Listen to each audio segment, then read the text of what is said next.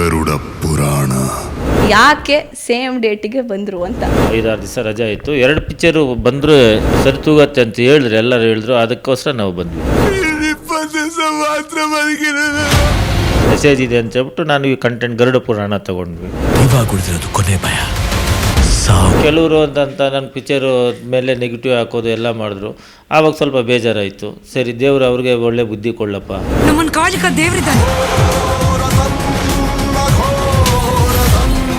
ಒಂದೊಂದು ಅವತಾರ ಒಂದೊಂದು ಥರ ತೋರಿಸ್ಬೇಕು, ಒಂದೊಂದು ಅವತಾರ ಒಂದೊಂದು ಥರ CG ಮಾಡಬೇಕು. ನನಗೆ ಅಲ್ಲಿ ಕಾಸ್ಟ್ ಜಾಸ್ತಿ ಆಯಿತು. ಜಯ ಪರಮೇಶ್ವರ. ಇವಾಗ ಏನು ಮಾಡ್ತಾರೆ, ಎಲ್ಲ ಅವ್ರ ಮೊಬೈಲಲ್ಲೇ ಪಿಕ್ಚರ್ ನೋಡ್ತಾರೆ, ಥಿಯೇಟ್ರಿಗೆ ಬರಲ್ಲ. ಬಟ್ ನಮ್ಗೆ ಇವಾಗ ಅಂತ ನಾವು ಯಾಕೆ ಇದೆಲ್ಲ ಬೇಕಾ ನಮ್ಗೆ ಅನಿಸುತ್ತೆ ಒಂದೊಂದ್ಸಲಿ. ಯಾರು ನೀವು ಎಂತ ಬೇಕು? ನೀವು ಅದು ನೋಡಿ, 11 ಅವತಾರ ಯಾವ ರೀತಿ ನಾವು ಮಾಡಿದ್ದೀವಿ ಅಂತ ಹೇಳ್ಬಿಟ್ಟು ದಯವಿಟ್ಟು ಬಂದು ಥಿಯೇಟ್ರಲ್ಲಿ ನೋಡಿ. ನಿಮ್ಮ ಆಶೀರ್ವಾದ ಇರಲಿ madam. I am god. God is great. 45 cinema Raj B Shetty ಅವರಾಗಿರಬಹುದು, ಅರ್ಜುನ್ ಜನ್ಯ ಸರ್ನ ಡೈರೆಕ್ಷನ್ನು, ಹಾಗೆಯೇ ಒಬ್ಬ ಉತ್ತಮ ಪ್ರೊಡ್ಯೂಸರ್ ರಮೇಶ್ ರೆಡ್ಡಿ ಸರ್ ಅವರು ಪ್ರೊಡ್ಯೂಸ್ ಮಾಡಿರುವಂತಹ ಸಿನಿಮಾ. ಸೊ ಎಕ್ಸ್ಪೆಕ್ಟೇಷನ್ ತುಂಬ ಜಾಸ್ತಿನೇ ಇತ್ತು, ಅದನ್ನು ರೀಚ್ ಮಾಡಿದೆ. ಸೊ ಸಿನಿಮಾ ರಿಲೀಸ್ ಆದ ಬಳಿಕ ಯಾವ ರೀತಿ ಇದೆ ರೆಸ್ಪಾನ್ಸು, ಏನು ಅನ್ನಿಸ್ತಾ ಇದೆ, ಎಲ್ಲದರ ಬಗ್ಗೆ ಮಾತನಾಡೋದಕ್ಕೆ ನಮ್ಮ ಜೊತೆಗೆ 45 ಸಿನಿಮಾದ ನಿರ್ಮಾಪಕರಾದಂತಹ ರಮೇಶ್ ರೆಡ್ಡಿ ಸರ್ ಜಾಯ್ನ್ ಆಗಿದ್ದಾರೆ. ಹೆಲೋ ಸರ್, ಹೇಗಿದ್ದೀರಿ? ಚೆನ್ನಾಗಿದೆ ಮೇಡಮ್. ಓಕೆ ಸರ್, ಈಗ ಫಸ್ಟ್ ಕ್ವೆಶ್ಚನ್ ನಿಮಗೆ, ಯಾಕೆ ಸೇಮ್ ಡೇಟಿಗೆ ಬಂದರು ಅಂತ ಎಲ್ಲರಿಗೂ ಇರುವಂತಹ ಪ್ರಶ್ನೆ. ಇದಕ್ಕೆ ನಿಮ್ಮ ಉತ್ತರ ಏನು? ಇಲ್ಲ, ಫಸ್ಟ್ ನಾವು ಅನೌನ್ಸ್ ಮಾಡಿದ್ದೀವಿ. ಯಾಕೆಂದರೆ ಫಸ್ಟ್ ನಾವು ಆಗಸ್ಟ್ 15 ಬರಬೇಕು ಅಂತಿದ್ವಿ ಅಂತ. ಈ ಡೇಟ್ ಬಿಟ್ಟರೆ ನೆಕ್ಸ್ಟ್ ಡೇಟ್ ನಮಗಿಲ್ಲ. ಇನ್ನು ಜನವರಿ 14ಗೆ ಹೋಗೋಣ ಅಂದರೆ ದೊಡ್ಡ ಪಿಕ್ಚರ್ ಇತ್ತು, ಸುಮಾರು ಇದಾಗ್ತಾಯಿತ್ತು. ಇದು ರಜಾ ಇತ್ತಲ್ಲ, ಒಂದು 5-6 ದಿವಸ ರಜಾ ಇತ್ತು. 2 ಪಿಕ್ಚರು ಬಂದರೆ ಅದು ಸರಿತೂಗತ್ತೆ ಅಂತ ಹೇಳಿದ್ರು, ಎಲ್ಲರೂ ಹೇಳಿದ್ರು. ಅದಕ್ಕೋಸ್ಕರ ನಾವು ಬಂದ್ವಿ ಮೇಡಮ್. ಅದೊಂದು ನಿಮಗೆ ಅಂದರೆ ಮೊದಲೇ ಸ್ಟಾರ್ ವಾರು ಈ ಥರ ಎಲ್ಲ ಹೇಳ್ತಾರೆ. ಸೊ ಈ 2 ಡೇಟ್ಗಳು ಒಂದೇ ದಿನ ಬಂದಾಗ ಇದು ಬರುತ್ತೆ ಆಚೆ ಅಂತ ಒಂದು ಥಾಟ್ ಇತ್ತಾ, ಅಥವಾ ಅನ್ನಿಸ್ತಾ? ನಿರ್ಮಾಪಕರಾಗಿ ನಿಮಗೆ ಯಾರಾದರೂ ಕರೆ ಮಾಡಿ ಕೇಳಿದ್ರ ಯಾಕೆ ಸೇಮ್ ಡೇಟು ಏನು ಅಂತ? ಇಲ್ಲ, ನನಗೆ ಯಾರು ಕೇಳಿಲ್ಲ. ನನಗೆ ಗೊತ್ತಿಲ್ಲ ಈ ಸ್ಟಾರ್ ವಾರ್ ಎಲ್ಲ, ನನಗೆ ಗೊತ್ತಿಲ್ಲ ಮೇಡಮ್. ಯಾಕೆಂದರೆ ನನ್ನ ಪಿಕ್ಚರ್ ಮಾಡಬೇಕು, ಇದು ಮಾಡಬೇಕು, ನನಗೆ ಗೊತ್ತಿಲ್ಲ ಅದೆಲ್ಲ. ಸ್ಟಾರ್ ವಾರ್ ಎಲ್ಲ ಒಳ್ಳೆ ಡೇಟು. ಎಲ್ಲರೂ ಏನು ಹೇಳ್ತಾಯಿದ್ರು, ಕ್ರಿಸ್ಮಸ್ದು ನಿಮಗೆ ಕಂಟಿನ್ಯೂ 5 ಡೇಸ್ ರಜಾ ಇದೆ, 2 ಪಿಕ್ಚರ್ ಬಂದರೆ ಏನೂ ತೊಂದರೆ ಆಗೋಲ್ಲ, ನಮ್ಮ ಆಡಿಯನ್ಸ್ಗೆ ಏನು ತೊಂದರೆ ಆಗೋಲ್ಲ ಅಂತ ಹೇಳಿದ್ರು. ಅದರಿಂದ ನಾವು ಇದು ಮಾಡಿದ್ವಿ ಮೇಡಮ್. ಒಂದೊಂದು ಸರ್, ಇತ್ತೀಚೆಗೆ ಯಾವುದೇ ಸಿನಿಮಾ ಅಂತಂದರೆ ನಿರ್ಮಾಪಕರು ಸಂಕಷ್ಟದಲ್ಲಿದ್ದಾರೆ, ಯಾರೂ ಮುಂದೆ ಬರೋದಿಲ್ಲ. ಯಾಕೆ ಸರ್ ಈ ಮಾತುಗಳು ಹೆಚ್ಚಾಗಿ ಕೇಳಿಬರುತ್ತೆ? ಸೊ ಯಾವುದೇ ಸ್ಟೋರಿ ಇದ್ರೂ ಧೈರ್ಯ ಮಾಡೋದಿಲ್ಲ ನಿರ್ಮಾಪಕರು. ಇಷ್ಟು ಸಂಕಷ್ಟಕ್ಕೀಡಾಗಿರೋದಕ್ಕೆ ನಿರ್ಮಾಪಕರ ವರ್ಷನ್ ಏನು? ನಿಮ್ಮ ಮಾತು ಏನು ಹೇಳ್ತೀರಿ? ಇದಕ್ಕೆ ಏನು ರೀಸನ್ ಅಂತ? ಇಲ್ಲ, ಧೈರ್ಯ ಮಾಡಲ್ಲ ಅನ್ನೋದೆಲ್ಲ. ಒಳ್ಳೆ ಕಂಟೆಂಟ್ ಬಿಟ್ಟರೆ ಎಲ್ಲರೂ ಧೈರ್ಯ ಮಾಡ್ತಾರೆ. ಇವಾಗ ನಾನು ಧೈರ್ಯ ಮಾಡಿಲ್ವಾ? ಈ ಕಂಟೆಂಟ್ ಯಾರೂ ತಗೊಳ್ಳೋದೇ ಇಲ್ಲ. ಒಂದು ನಮ್ಮ ಜನರಿಗೆ ಒಳ್ಳೆ ಸಬ್ಜೆಕ್ಟ್ ಇದೆ, ಒಳ್ಳೆ ಕಂಟೆಂಟ್ ಇದೆ, ಒಳ್ಳೆ ಸಮಾಜಕ್ಕೆ ಒಳ್ಳೆ ಮೆಸೇಜ್ ಇದೆ ಅಂತ ಹೇಳ್ಬಿಟ್ಟು ನಾನು ಈ ಕಂಟೆಂಟ್ ಗರುಡ ಪುರಾಣ ತೊಗೊಂಡ್ವಿ. ಈ ಗರುಡ ಪುರಾಣ ಯಾರೂ ತೊಗೊಂಡಿರಲಿಲ್ಲ, ಫಸ್ಟ್ ಟೈಮ್ ನಾನು ತೊಗೊಂಡಿದ್ದು. ಅದು ಕಂಟೆಂಟ್ ಅವ್ರವ್ರಿಗೆ ಇಷ್ಟ ಆದರೆ ಅವ್ರು ತೊಗೊಳ್ತಾರೆ ಮೇಡಮ್. ಅದಂತ ಏನು ಒಬ್ಬ ನಿರ್ಮಾಪಕರಾಗಿ ಏನು ನಿಮಗೆ ಚಾಲೆಂಜಿಂಗ್ ಅಂತ ಅನಿಸುತ್ತೆ ಸರ್ ಇಡೀ ಸಿನಿಮಾ ಕ್ಯಾರಿ ಆಗುವಾಗ? ಸೊ ಕಾಸ್ಟ್ ಕಟ್ಟಿಂಗ್, ಬಜೆಟ್ ಇದೆಲ್ಲ ಕೂಡ ನೋಡ್ತಾರೆ. ನೀವು ಯಾವುದನ್ನು ಕನ್ಸಿಡರ್ ಮಾಡಿದ್ರಿ ಈ ಬಾರಿ ಅಂತ? ಇಲ್ಲ, ಈ ಬಾರಿ ಏನು ಮಾಡಿದ್ವಿ, ಕತೆಗೆ ಏನು ಬೇಕೋ ಎಲ್ಲ ಕೊಟ್ಟೆ ನಾನು. ಯಾಕೆಂದರೆ ಈ ಕತೆ ತುಂಬ ನನಗೆ ಇಷ್ಟ ಆಯಿತು. ಕತೆಗೆ ಏನು ಬೇಕೋ ಎಲ್ಲ ಕೊಟ್ಟಿವಿ. ನಮ್ಮದು ಸ್ವಲ್ಪ ಈ CG ವರ್ಕ್ ಸ್ವಲ್ಪ ಜಾಸ್ತಿ ಇತ್ತು. ಅದು ಆ CG ವರ್ಕಲ್ಲಿ ನನಗೆ ಸ್ವಲ್ಪ ಕಾಸ್ಟ್ ಜಾಸ್ತಿ ಆಯಿತು ಹೊರತು ಮಿಕ್ಕಿದ್ದು ಇನ್ನೇನು ನಮಗೇನು ಅದಾಗಿಲ್ಲ ಮೇಡಮ್. ಅದು ಬೇರೆ ಥರ ಸಣ್ಣ ಪಣ್ಣ ತೊಂದರೆ ಇರುತ್ತೆ, ಅದರ ತೊಂದರೆ ಅಂತ ಬೇರೆ ಅಂಥ ತೊಂದರೆ ಇಲ್ಲ. ಮೈನ್ ಪ್ರಾಬ್ಲಮ್ ನನಗೆ CGಯಲ್ಲಿ ಡಿಲೇ ಮಾಡಿಬಿಟ್ರು. ಇದು ಆಗಸ್ಟ್ 15ಗೆ ಮಾಡಬೇಕಾಯಿತು, ಸೆಪ್ಟೆಂಬರ್ಗೆ ಕೊಡ್ತಾರೆ, ಸೆಪ್ಟೆಂಬರ್ಗೆ ಮಾಡೋಣ ಅಂತ. ಲಾಸ್ಟಿಗೆ ಡಿಸೆಂಬರ್ಗೂ ನಮಗೆ ಎಂಡಿಂಗ್ ಮೂಮೆಂಟ್ ಇದಾಯಿತು. ಸ್ವಲ್ಪ ಕೊಟ್ಟಿದ್ರೆ ನಾವು ಅಕ್ಟೋಬರ್ಗೆ ಹೋಗ್ಬಿಡ್ತಾಯಿದ್ವಿ. ಅದು ಆಗಲಿಲ್ಲ. ಅದು ದೇವರು ಯಾವ ಟೈಮ್ಗೆ ಏನು ಮಾಡಿಸ್ಬೇಕೋ ಅದು ಮಾಡಿಸ್ತಾರೆ, ಇನ್ನೇನು ಮಾಡೋದು ಮೇಡಮ್. ಈ ಸಿನಿಮಾದಿಂದ ಯಾವ ರೀತಿ ನಿರೀಕ್ಷೆ ಇತ್ತು, ಏನು ಹೇಳ್ತೀರಿ? ಈಗ ಸಿನಿಮಾ ಮಾಡೋಂಥ ಸಂದರ್ಭದಲ್ಲಿ ನಿರ್ಮಾಪಕರು ಅಂದ ತಕ್ಷಣ ನಾವು ಹಾಕಿರೋ ದುಡ್ಡು ವಾಪಸ್ ಬಂದರೆ ಸಾಕು ಅನ್ನೋದೊಂದು ತಲೆಯಲ್ಲಿ ಇರುತ್ತೆ, ಅದೇ ಮೇಯ್ನು. ಸೊ ನಿಮ್ಮದು ಏನಿತ್ತು ತಲೆಯಲ್ಲಿ, ಏನು ಓಡ್ತಾ ಇತ್ತು? ಇಲ್ಲ, ನನಗೂ ಅದೇ ಇರೋ ತಲೆಯಲ್ಲಿ. ಹಾಕಿದ ದುಡ್ಡು ಬರಬೇಕು ಅಂತ ಇದ್ದೇ ಇರುತ್ತಲ್ಲ, ಎಲ್ಲರ ತಲೆಯಲ್ಲಿ ಇರೋದು ಅದೇ. ಕಂಡೆ ಬರುತ್ತೆ ಅದು ಅಂತ. ನಮಗೆ ರಿಲೀಸ್ ಮುಂಚೆನೇ ನನಗೆ ಸ್ವಲ್ಪ ಬಿಸ್ನೆಸ್ ಆಯಿತು ಅದಂತ. ಏನು ತೊಂದರೆ ಇಲ್ಲ, ನಾವು ಹಾಕಿದ ದುಡ್ಡಿಗೇನು ಇದೇನಿಲ್ಲ ಮೇಡಮ್. ಅದಂತ ಕೆಲವೊಂದಷ್ಟು ಜನ ಸರ್ ಸಿನಿಮಾ ರಿಲೀಸ್ ಆಗುವಾಗ ಅಥವಾ ನೆಗೆಟಿವ್ ಕಾಮೆಂಟ್ಗಳನ್ನು ಹಾಕೋದು, ಸಿನಿಮಾ ಚೆನ್ನಾಗಿಲ್ಲ ಅಂತ ಹೇಳೋದು, ಈ ರೀತಿ ಸಿಕ್ಕಾಪಟ್ಟೆ ಹಬ್ಸ್ಬಿಡ್ತಾರೆ. ಇದ್ರ ಬಗ್ಗೆ ನೀವು ಏನು ಹೇಳ್ತೀರಿ ಅಂತ? ಇಲ್ಲ, ಅದಕ್ಕೆ ನಾವಂತ ನಮ್ಮದು ಪೈರೇಸಿನೇ ಆಗೋಯ್ತು ಪಿಕ್ಚರು. ನನಗೆ ತುಂಬ ಬೇಜಾರಾಯಿತು. ನಾವು 3 ವರ್ಷದ ಶ್ರಮ ಇದು 3 ವರ್ಷದ್ದು ಅಂತಂದ 24 ಗಂಟೆಗೆ ನಮಗೆ ಒಂದು ಲಿಂಕ್ ಬಂದರೆ ಎಷ್ಟು ಬೇಜಾರಾಯಿತು, ತುಂಬ ಬೇಜಾರಾಯಿತು. ಅದಕ್ಕೆ ನಾನು ಕೋರ್ಟ್ಗೆ ಹೋಗ್ಬಿಟ್ಟು ಇದು ತಂದೆ, ಆರ್ಡ್ರ್ ತಂದೆ, ಪೈರೇಸಿ ಮಾಡಬಾರ್ದು, ನೆಗೆಟಿವ್ ಕಾಮೆಂಟ್ ಮಾಡಬಾರ್ದು. ನಮ್ಗೆ ನೋಡಿ 3 ದಿವಸ ಎಕ್ಸ್ಟ್ರಾರ್ಡ್ನರಿ ಕಲೆಕ್ಷನ್ನು. 3 ದಿವಸ ಹೆಂಗೆ ಬಂದ ಎಲ್ಲ ಪಾಸಿಟಿವ್ ಆಗಿದ್ರು. ಮತ್ತು ಸಡನ್ನಾಗಿ ಕೆಲವು ಗುಂಪು, ಯಾವ ಗುಂಪು ನನಗೆ ಗೊತ್ತಿಲ್ಲ, ಅದು ಕೆಲವರು ಅಂತ ನನ್ನ ಪಿಕ್ಚರು ಮೇಲೆ ನೆಗೆಟಿವ್ ಹಾಕೋದು ಎಲ್ಲ ಮಾಡಿದ್ರು. ಆವಾಗ ಸ್ವಲ್ಪ ಬೇಜಾರಾಯಿತು. ಸರಿ, ದೇವರು ಅವ್ರಿಗೆ ಒಳ್ಳೆ ಬುದ್ಧಿ ಕೊಡಲಪ್ಪ. ಇನ್ನು ನಾವೇನು ಫೈಟ್ ಮಾಡೋಕ್ಕಾಗತ್ತಾ? ನಮ್ಮ ಕೈಯಲ್ಲಿ ಅದು ಗೊತ್ತೂ ಇಲ್ಲ. ಈ ಥರ ನನಗೆ ಫಸ್ಟ್ ಟೈಮ್ ನನ್ನ ಸರ್ವೀಸಲ್ಲಿ ಇದಂತ ಫಸ್ಟ್ ಏನೋ ಯಾರೋ ಹೇಳ್ತಾಯಿದ್ರು ಕೇಳಿಸ್ಕೊಂಡ್ವಿ. ಇವಾಗ ನಮ್ಮ ಪಿಕ್ಚರ್ಗೆ ಅದಾಯಿತು, ಸ್ವಲ್ಪ ನೋವಿದೆ. ಈ ಸಿನಿಮಾದಲ್ಲಿ ರಾಜ್ ಬಿ ಶೆಟ್ಟಿ ಅವರು ಮತ್ತು ಶಿವಣ್ಣ ಸರ್ ಆಗಿರಬಹುದು, ಇವರ ಒಂದು 3 ಜನ, ಉಪೇಂದ್ರ ಸರ್, 3 ಜನದ ಕಾಂಬಿನೇಷನ್ ಅಂತ ಗೊತ್ತಾದಾಗ ಏನು ಅನಿಸ್ತು ಸರ್ ನಿಮಗೆ? ತುಂಬ ಖುಷಿ ಆಯಿತು. ಫಸ್ಟ್ ಶಿವಣ್ಣ ಇರೋದು ಎಲ್ಲ ಫಸ್ಟ್ ನಾವು ನಾವು ಅರ್ಜುನ್ ಜನ ಫಿಕ್ಸ್ ಮಾಡಿದ್ವಿ. ಕತೆ ಹೇಳಬೇಕಾದ್ರೇ ಶಿವಣ್ಣ, ಆ ಕತೆಗೆ ಶಿವಣ್ಣ ಬಿಟ್ಟರೆ ಇನ್ನು ಬೇರೆ ಯಾರೂ ಇಲ್ಲ ಅಂತ ಫಿಕ್ಸ್ ಆಗಿದ್ವಿ. ಆಮೇಲೆ ನಮ್ಗೆ ಉಪ್ಪಿ ಸರ್ ಬಂದರು, ರಾಜ್ ಬಿ ಸರ್, ನನಗೆ ಫುಲ್ಲು ಖುಷಿ ಅಂತ. ನಮಗೆ ಒಂದು 3 ಜನ ಲೆಜೆಂಡ್ರು ಬಂದು ಕೆಲಸ ಮಾಡೋದು ತುಂಬ ನಮ್ಮ ಬ್ಯಾನರಲ್ಲಿ ಅಂತ ನನಗೆ ತುಂಬ ಖುಷಿ ಇತ್ತು. ಅರ್ಜುನ್ ಜನ್ಯ ಸರು ಡೈರೆಕ್ಷನ್ ಫಸ್ಟ್ ಟೈಮು, ಸೊ ಅವ್ರು ಮಾಡ್ತಾ ಇದ್ದಾರೆ ಅಂತ ಗೊತ್ತಾದಾಗ ಏನು ಅನಿಸ್ತು ನಿಮಗೆ? ಅಥವಾ ಏನಾದರೂ ಇದು ವರ್ಕ್ ಆಗುತ್ತಾ ಇಲ್ವಾ ಅಂಥೇಳಿ ಥಾಟ್ ಬಂದಿದ್ದಿದೆಯಾ? ಇಲ್ಲ, ನನ್ನ ಮೈಂಡಿಗೆ ವರ್ಕ್ ಆಗಲ್ಲ ಅಂತ ಬಂದಿಲ್ಲ. ಕತೆ ಚೆನ್ನಾಗಿ ಹೇಳಿದ್ರು ಅವರು, ನರೇಶನ್ ಚೆನ್ನಾಗಿ ಕೊಟ್ಟಾಗ ಆವಾಗ ಕತೆ ಕೇಳಿದಾಗ ಚೆನ್ನಾಗಿತ್ತು. ಅಂದರೆ ನನಗೆ ಇದೊಂದು ಸಮಾಜಕ್ಕೆ ಇದು ಬೇಕು ಅನಿಸ್ತು. ನನಗೆ ಈ ಕತೆ ಇವಾಗ ಕೊಟ್ಟರೆ ಸಮಾಜಕ್ಕೆ ತಗೊಳ್ತಾರೆ, ಇದು ಒಳ್ಳೆ ಕತೆ ಅಂತ ಹೇಳ್ಬಿಟ್ಟು ತೊಗೊಂಡು ಆಮೇಲೆ ನಾವು ಕೇಳಿದ್ದು ನಿಜನೇ, ನೀವು ಈ ಕತೆ ಹೇಳೋಕ್ಕೆ ಮಾತ್ರ ಚೆನ್ನಾಗಿದೆ ಸರ್, ಇದನ್ನು ಹೆಂಗೆ ತೆಗಿತೀರಾ, ನೀವು ಸ್ಕ್ರೀನ್ ಮೇಲೆ ಹೆಂಗೆ ತೆಗಿತೀರಾ ಅಂತ. ಆವಾಗ ಹೇಳಿದ್ದಾರೆ, ನಾವು ಆನಿಮೇಷನ್ ಮಾಡೋಣ, ಲೇಟ್ ಆದರೂ ಪರವಾಗಿಲ್ಲ, ಆನಿಮೇಷನಲ್ಲಿ ನಾನೆಲ್ಲ ಡೈಲಾಗಿಂದ ಮ್ಯೂಸಿಕ್ಕು RR ಎಲ್ಲ ಮಾಡ್ತೀನಿ, ನೀವು ನೋಡಿ, ಅದರಲ್ಲಿ ಏನಾದರೂ ನಿಮಗೆ ಬೇಡ ಅಂದರೆ ಪಿಕ್ಚರ್ ತೆಗಿಯೋದು ಬೇಡ, ನಿಲ್ಲಿಸ್ಬಿಡೋಣ, ನಿಮ್ಗೆ ಏನಾದರೂ ಮನಸ್ಸಿಗೆ ತೆಗಿಬೇಕು ಅಂದರೆ ಆಮೇಲೆ ತೆಗಿಯೋಣ ಅಂತ ಹೇಳಿದ್ರು. ಅವ್ರು ಅದೇ ಥರ ಮಾಡಿದ್ರು. 1 ಇಯರ್ ಆಯಿತು ಅದು ಮಾಡೋಕ್ಕೆ. ಬಂದು ನೋಡಿದ್ಮೇಲೆ ತುಂಬ ಚೆನ್ನಾಗಿತ್ತು. ಸರಿ ಆಯಿತು ಮಾಡೋಣ ಅಂತ ನಾವು ಹೋದ್ವಿ ಅಂತ. ಒಂದು ವಿಭಿನ್ನ ಪ್ರಯತ್ನ ಈ ಒಂದು ಸಿನಿಮಾ, ಎಲ್ಲ ಜಾನರ್ ಥರ ಇಲ್ಲ. ಯಾವ ಸೀನ್ಗೆ, ಯಾವ ಇದಕ್ಕೆ ಜಾಸ್ತಿ ಅತಿ ಹೆಚ್ಚು ಕಾಸ್ಟ್ ಆಗಿದ್ದು ಅಂತ ನಿಮ್ಗೆ ಅನ್ಸುತ್ತೆ ಇಡೀ ಸಿನಿಮಾದಲ್ಲಿ? ಯಾವ ಸೀನಿಗೆ? ಅಲ್ಲ ಮೇಡಮ್, ಇದು ನನ್ನ ಕ್ಲೈಮ್ಯಾಕ್ಸ್ಗೆ ಜಾಸ್ತಿ ಆಗಿದ್ದು. ಹೆಚ್ಚು ಕಮ್ಮಿ ನನಗೊಂದು 20 ನಿಮಿಷ ಕ್ಲೈಮ್ಯಾಕ್ಸ್ಗೆ ನಂಗೆ ಸಿಕ್ಕಾಪಟ್ಟೆ ಆಗೋಯ್ತು. ಯಾವುದಂತ ನನ್ನ ಕ್ಲೈಮ್ಯಾಕ್ಸ್ಗೆ ಆಗಿದ್ದು. ನಮಗೆ ಆ ಡ್ರಾಯಿಂಗ್ ಮಾಡಿದಾಗ ನಮಗೆ ಅದು ನೋಡ್ತಾಯಿದ್ರೆ ಶಿವಣ್ಣನ ಈ ಥರ ನೋಡಬೇಕು, ಈ ಥರ ನೋಡಬೇಕು, ಹಿಂಗೆ ಈ ಅವತಾರಗಳು, 11 ಅವತಾರಗಳು, ಒಂದೊಂದು ಅವತಾರ ಒಂದೊಂದು ಥರ ತೋರಿಸ್ಬೇಕು, ಒಂದೊಂದು ಅವತಾರ ಒಂದೊಂದು ಥರ CG ಮಾಡಬೇಕು. ನನಗೆ ಅಲ್ಲಿ ಕಾಸ್ಟ್ ಜಾಸ್ತಿ ಆಯಿತು. ಬಟ್ ನಾವು ಅಂದ್ಕೊಂಡಿದ್ವಿ ಅದು ಬೇಕು ಅಂತೇಳ್ಬಿಟ್ಟು, ಅಲ್ಲಿ ಸ್ವಲ್ಪ ಜಾಸ್ತಿ ಆಯಿತು. ನಮಗೆ CG ವರ್ಕೇ ಜಾಸ್ತಿ ಆಗಿತ್ತು.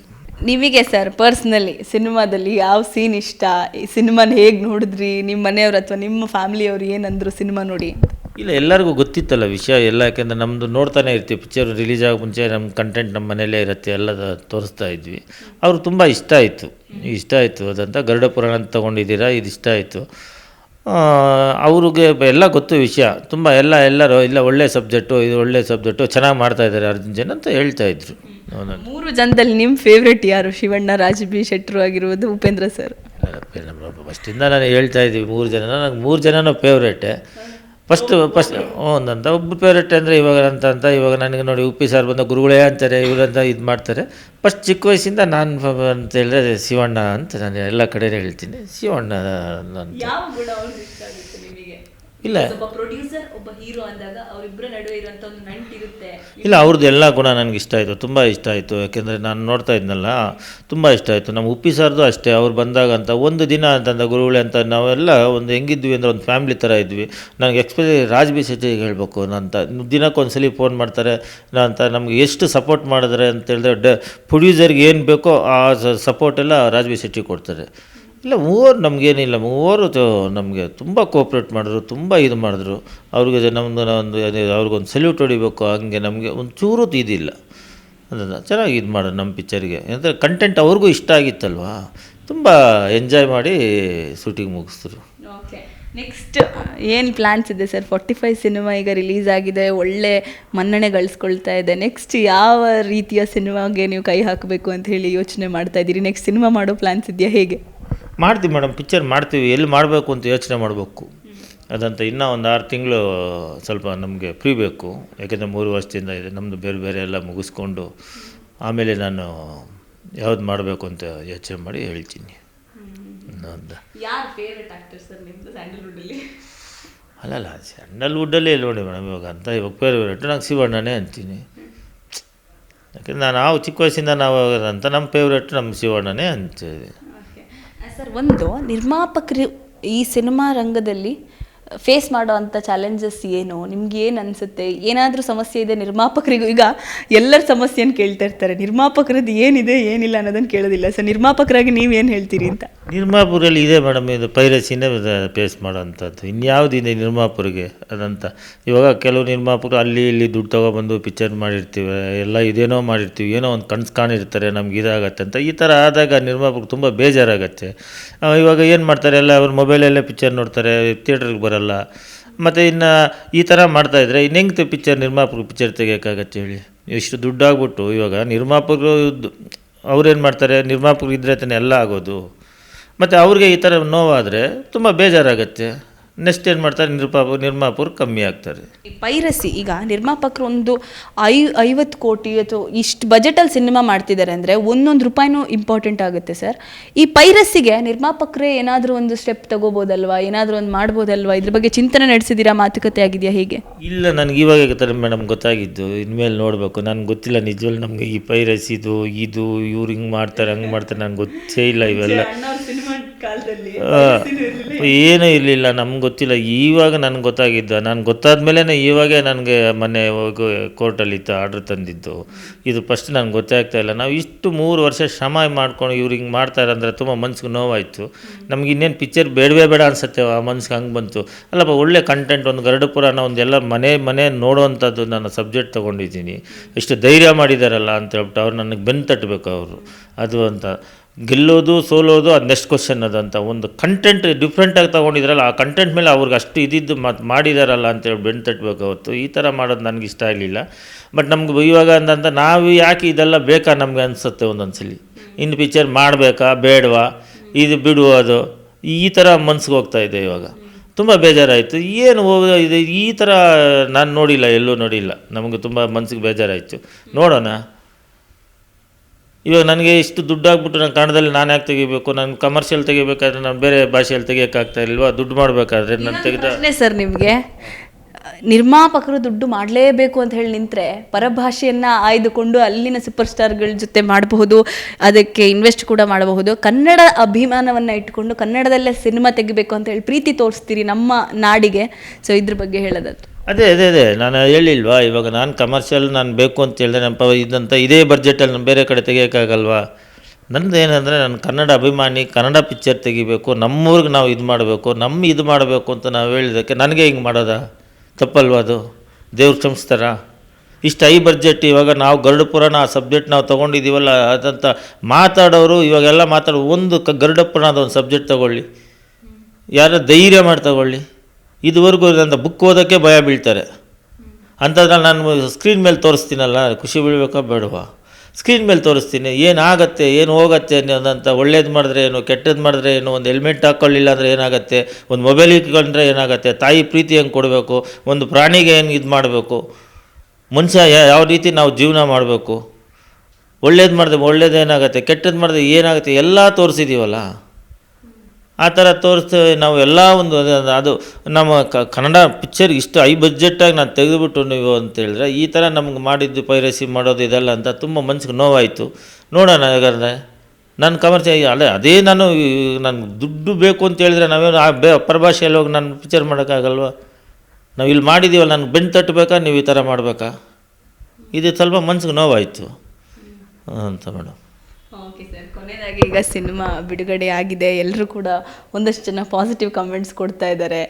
ಈ ಸಿನಿಮಾ ರಿಲೀಸ್ಗೂ ಮುಂಚೆ ಪ್ರೊಡ್ಯೂಸರು, ಹೀರೋ ಇವಾಗೆಲ್ಲ ಸಿಕ್ಕಾಪಟ್ಟೆ ಹೆದರಿಕೆ ಅಂತೆ. ನೀವು ಅದನ್ನು ಯಾವ ರೀತಿ ಫೇಸ್ ಮಾಡ್ತೀರಿ, ಹೇಗೆ? ನನಗೆ ಹೆದರಿಕೆ ಅನ್ನೋದಿಲ್ಲ ಮೇಡಮ್. ನಾನು ಇವಾಗ ಹೇಳ್ತೀನಲ್ಲ, ನಾನು ಹೆದರಿಕೆ ಅಂತಿಲ್ಲ. ನಾನು ನೋಡಿ ಈ ಕಂಟೆಂಟ್ ಕೊಡಬೇಕು, ಇದು ಮಾಡಬೇಕಂತ ನನ್ನ ಮನಸ್ಸಲ್ಲಿ ಇದ್ದಿದ್ದು. ನಾನು ಕಮರ್ಷಿಯಲ್ ಆಗಿ ನನಗೆ ದುಡ್ಡು ಕಾಸು ಅಂತೇಳಿದ್ರೆ ನಾನು ಹೋಗ್ಬಿಟ್ಟು ಬೇರೆ ಬೇರೆ ಸ್ಟೋರಿಗಳೆಲ್ಲ ಆಯ್ಕೆ ಮಾಡಿಕೊಂಡು ನಾನು ಇದು ಮಾಡ್ತಾಯಿದ್ವಿ. ನನಗೆ ಒಳ್ಳೆ ಕಂಟೆಂಟ್ ಕೊಡಬೇಕು. ಈ ಕಂಟೆಂಟ್ ನಾನು ಇಷ್ಟಪಟ್ಟಿರೋದು, ನಾವು ಇಷ್ಟಪಟ್ಟಿದಾಗ ಅದಕ್ಕೆ ಏನು ಬೇಕೋ ನಾನು ಮಾಡಿದ್ದೀನಿ ಮೇಡಮ್.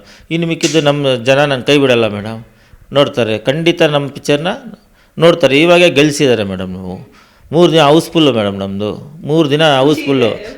ಖುಷಿ ಇದೆ. ಕೆಲವೆಲ್ಲೋ ಈ ಥರ ಬೇಜಾರಾಗತ್ತೆ. ನನಗೆ ಖುಷಿ ಇದೆ. ಒಳ್ಳೆ ಕಂಟೆಂಟ್ ಕೊಟ್ಟಿದ್ದೀವಿ, ಒಳ್ಳೆ ಸಮಾಜಕ್ಕೆ ಒಂದು ಸಂದೇಶ ಕೊಟ್ಟಿದ್ದೀವಿ. ಗರುಡ ಪುರಾಣ ಯಾರು ಮೇಡಮ್? ಒಂದು ಈ ಸನಾತನ ಧರ್ಮ ತಾನೇ, ಸನಾತನ ಧರ್ಮದಲ್ಲಿ ನಾವು ಎತ್ತಿಡ್ದಿದ್ದೀವಲ್ಲ, ಹಿಂದುತ್ವದ್ದು ನಾನು ಎತ್ತಿಡ್ದಿದ್ದೀನಲ್ವ, ಒಂದು ಕಲ್ಚರ್ನ ಎತ್ತಿಡ್ದಿದ್ದೀವಲ್ಲ ನಮ್ಮ ಹಿಂದುತ್ವ. ಆ ಖುಷಿ ಇದೆ. ನಮ್ಮ ಜನ ಬಿಡಲ್ಲ, ಕೈ ಬಿಡಲ್ಲ, ನೋಡ್ತಾರೆ, ಎಲ್ಲರೂ ನೋಡ್ತಾರೆ. ಸನಾತನ ಧರ್ಮದ ಇದುವರೆಗೂ ಯಾರಾದ್ರೂ ಕೈ ಬಿಟ್ಟಿದ್ದೀರಾ ಮೇಡಮ್? ಇಲ್ಲ, ನೋಡ್ತಾರೆ. ಫಸ್ಟ್ ಶೋ ಥಿಯೇಟರ್ ಹತ್ರ ಹೋಗಿದ್ರಾ? ಯಾವ ಥಿಯೇಟರ್ ಹತ್ರ ಹೋಗಿದ್ರಿ ನೆನಪಿದ್ಯಾ? ಫಸ್ಟ್ ಡೇ ಹೋಗಿದ್ವಿ ನಾವು, ತ್ರಿವೇಣಿಗೆ ಹೋಗಿದ್ದೆ ಅಂತ. ಒಳ್ಳೆ ಸೆಲೆಬ್ರೇಷನ್, ಶಿವಣ್ಣಂದೆಲ್ಲ ಸೆಲೆಬ್ರೇಷನ್ ಮಾಡಿದಾಗ ನೋಡೋಣ ಅಂತ ಹೋದ್ವಿ. ತುಂಬ ಖುಷಿ ಆಯಿತು. ಹ್ಞೂ ಮೇಡಮ್. ಓಕೆ ಸರ್, ನಂಗೊಂದು ಪ್ರಶ್ನೆ. ಬೆಂಗಳೂರಲ್ಲಿ ಇಷ್ಟೊಂದು ಥಿಯೇಟರ್ಗಳಿದೆ, ನಿಮ್ಮ ಫೇವ್ರೆಟ್ ಥಿಯೇಟ್ರ್ ಯಾವುದು? ನೀವು ಯಾವಾಗಲೂ ಹೋಗಿ ಸಿನಿಮಾ ನೋಡುವಂಥ ಜಾಗ ಯಾವುದು? ಇಲ್ಲ, ಫಸ್ಟ್ ನಾವು ನೋಡ್ತಾ ಇದ್ದಿದ್ದು ನಮ್ಮದು ಶಾಂತಿ ಟಾಕೀಸ್ ಇತ್ತು. ಅದು ಹೊಡೆದ್ಬಿಟ್ಟಿದ್ದಾರೆ, ಕಾಂಪ್ಲೆಕ್ಸ್ ಕೊಟ್ಟಿದ್ದಾರೆ. ಫಸ್ಟ್ ಅಂತಂದರೆ ಮಾರ್ನಿಂಗ್ ಶೋ ಇಂದ ಹಿಡಿದು ಮ್ಯಾಟ್ನಿ ಫಸ್ಟ್ ನೋಡಿಕೊಂಡು ಮೆಜೆಸ್ಟಿಕ್ ಹೋಗ್ತಾಯಿದ್ವಿ ಅಂತ. ಮೆಜೆಸ್ಟಿಕ್ ಟಾಕೀಸ್ ಒಂದೊಂದಿತ್ತು. ಮೆಜೆಸ್ಟಿಕ್ ಟಾಕೀಸು, ತ್ರಿವೇಣಿ, ಅಪರ್ಣ, ಅಪ್ಸರ ಎಲ್ಲ ಹೋಗ್ತಾಯಿದ್ವಿ. ಚಿಕ್ಕ ವಯಸ್ಸಲ್ಲಿ ಬೆಳಗ್ಗೆ ಸಂಡೇ ಹೋದರೆ 3 ಶೋ ನೋಡ್ಕೊಂಡು ಮನೆಗೆ ಬರ್ತಾಯಿದ್ವಿ ಅವಾಗೆಲ್ಲ. ಅದಂತ ಆವಾಗ ಚೆನ್ನಾಗಿತ್ತು. ಅವಾಗ ಇದೆ ಸಿನಿಮಾ ಅಂದರೆ ನಾವು ನೋಡ್ತಾ ಇದ್ವಿ. ಪ್ರೊಡ್ಯೂಸರ್ ಆಗಬೇಕು ಅಂತ ಯಾವಾಗ ಡಿಸೈಡ್ ಮಾಡಿದ್ದು ಸರ್ ನೀವು? ಅದೆಲ್ಲ ನಮ್ಮ ಚಿಕ್ಕ ವಯಸ್ಸಿಂದ ಕನಸುಗಳಿತ್ತು, ಆ ಕನಸನ್ನು ನೆರವೇರಿಸ್ಕೊಂಡ್ವಿ ಅಷ್ಟೇ.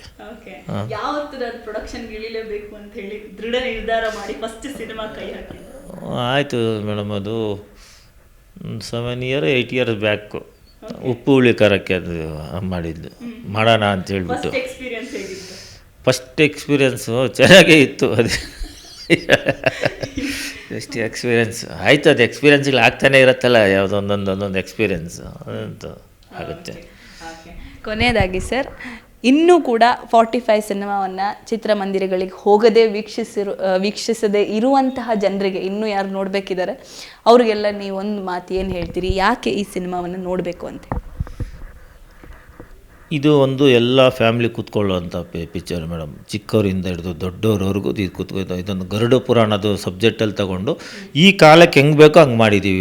ಇವಾಗ ಯೂತ್ಸ್ಗೆ ಹೆಂಗೆ ಬೇಕು, ದೊಡ್ಡವ್ರಿಗೆ ಹೆಂಗೆ ಬೇಕು, ಏನು ಬೇಕು, ನಾವು ಸಾಯಕ್ಕೆ ಮುಂಚೆ ಏನು ಮಾಡಬೇಕು, ಸತ್ತ ಮೇಲೆ ಏನು ಮಾಡಬೇಕು, ಎರಡೂ ತೋರಿಸಿದ್ದೀವಿ. ನಮ್ಮ ಆತ್ಮ ಇದೇನಾಗತ್ತೆ, ಒಳ್ಳೇದು ಮಾಡಿದ್ರೆ ಏನಾಗತ್ತೆ, ಕೆಟ್ಟದ್ದು ಮಾಡಿದ್ರೆ ಏನಾಗತ್ತೆ ಅಂತ ಹೇಳ್ಬಿಟ್ಟು ತುಂಬ ಒಂಥರ ಮಾಡ್ರನ್ನಾಗಿ ತೋರಿಸಿದ್ದೀವಿ. ದಯವಿಟ್ಟು ನೀವೆಲ್ಲರೂ ಬಂದು ಥಿಯೇಟ್ರಲ್ಲಿ ನೋಡಿ, ಫ್ಯಾಮ್ಲಿ ಸಮೇತ ಬಂದು ನೋಡಿ. ಇದು ಫ್ಯಾಮ್ಲಿ ನೋಡೋಂಥ ಪಿಕ್ಚರು, ಎಲ್ಲ ಕೂತ್ಕೊಂಡು ನೋಡೋಂಥ ಪಿಕ್ಚರು. ನೀವು ದಯವಿಟ್ಟು ಎಲ್ಲರೂ ಬಂದು ನೋಡಿ. ಒಳ್ಳೆ ಕಂಟೆಂಟು, ಇದುವರೆಗೂ ಯಾರೂ ತೆಗ್ದಿಲ್ಲ. ನಾನು ಫಸ್ಟಿಂದ ಹೇಳ್ಕೊಬರ್ತಾ ಇದ್ದೀನಿ ಇದು ಅಂತ. ಯಾಕೆಂದರೆ ಗರುಡ ಪುರಾಣ ಅಂತ ಹೇಳಿಲ್ಲ ನಾವು, ಇತ್ತೀಚೆಗೆ ರಿಲೀಸ್ ಆದಮೇಲೆ ಹೇಳ್ತಾ ಇದ್ದೀವಿ. ಗರುಡ ಪುರಾಣದಲ್ಲಿ ಒಂದು ಅಧ್ಯಾಯ ತೊಗೊಂಡ್ಬಿಟ್ಟು ಈ ಮಾಡ್ರನ್ಗೆ ಏನು ಬೇಕೋ ಅದು ನೀಟಾಗಿ ಮಾಡಿದ್ದೀವಿ. ನಿಮ್ಗೆ ಏನೂ ಬೇಜಾರಾಗಲ್ಲ. ನೀವು 2 ಅವರ್ 20 ನಿಮಿಷ ನಗ್ತಾ ಬರ್ತೀರಾ. ಲಾಸ್ಟು 20 ನಿಮಿಷ ಅಂತೂ ನೀವು ಆ ಕ್ಲೈಮ್ಯಾಕ್ಸ್ ನೋಡಿಕೊಂಡೇ ಬರಬೇಕು. ಶಿವ ತಾಂಡವ ಆಡಿಬಿಟ್ಟಿದ್ದಾರೆ. ಶಿವನು ನೀವು ಅದು ನೋಡಿ, 11 ಅವತಾರ ಯಾವ ರೀತಿ ನಾವು ಮಾಡಿದ್ದೀವಿ ಅಂತ ಹೇಳ್ಬಿಟ್ಟು ದಯವಿಟ್ಟು ಬಂದು ಥಿಯೇಟ್ರಲ್ಲಿ ನೋಡಿ. ನಿಮ್ಮ ಆಶೀರ್ವಾದ ಇರಲಿ ಮೇಡಮ್. Thank you. ಸೊ ಇದಿಷ್ಟು ಕೂಡ 45 ಸಿನಿಮಾದ ನಿರ್ಮಾಪಕರಾದಂತಹ ರಮೇಶ್ ರೆಡ್ಡಿ ಸರ್ ಅವರ ಮಾತಾಗಿತ್ತು. ಸೊ ಒಂದಷ್ಟು ಈ ಸಿನಿಮಾದಲ್ಲಿ ಪ್ರಮುಖವಾಗಿ ಯೂತ್ಸ್ಗಳಿಗೂ ಅದು ಇಷ್ಟ ಆಗತ್ತೆ. ಗರುಡ ಪುರಾಣದ ಭಾಗವನ್ನು ಇಲ್ಲಿ ಯಾವ ರೀತಿ ಈಗಿನ ಮಾಡರ್ನ್ ಜನ್ರೇಷನ್ಗೆ ಕನೆಕ್ಟ್ ಆಗಬಹುದು ಅನ್ನೋದನ್ನು ಕಂಪ್ಲೀಟ್ ಸಿನಿಮಾದಲ್ಲಿ ಬಹಳ ಸುಂದರವಾಗಿ ಕಟ್ಕೊಟ್ಟಿದ್ದಾರೆ. ನೀವು ಕೂಡ ಚಿತ್ರಮಂದಿರಕ್ಕೆ ಹೋಗಿ ಸಿನಿಮಾವನ್ನು ವೀಕ್ಷಿಸಿ ಅಂತ ಹೇಳ್ತಾ ಮತ್ತೆ ಮತ್ತೊಂದು ವಿಶೇಷ ವ್ಯಕ್ತಿ ಜೊತೆ ಭೇಟಿ ಆಗ್ತೀನಿ. ಅಲ್ಲಿವರೆಗೂ ನೋಡ್ತಾ ಇರಿ ವಿಜಯವಾಣಿ ಡಿಜಿಟಲ್ ಮೀಡಿಯಾ. ನೋ ಉತ್ಪ್ರೇಕ್ಷೆ, ನೋ ಊಹಾಪೋಹ. ತಾಜಾ ಸುದ್ದಿ ನಿಖರ ಮಾಹಿತಿಗೆ ಬ್ರೌಸ್ ಮಾಡಿ ವಿಜಯವಾಣಿ.net. QR ಕೋಡ್ ಸ್ಕ್ಯಾನ್ ಮಾಡಿ ಆಪ್ ಡೌನ್ಲೋಡ್ ಮಾಡಿಕೊಳ್ಳಿ.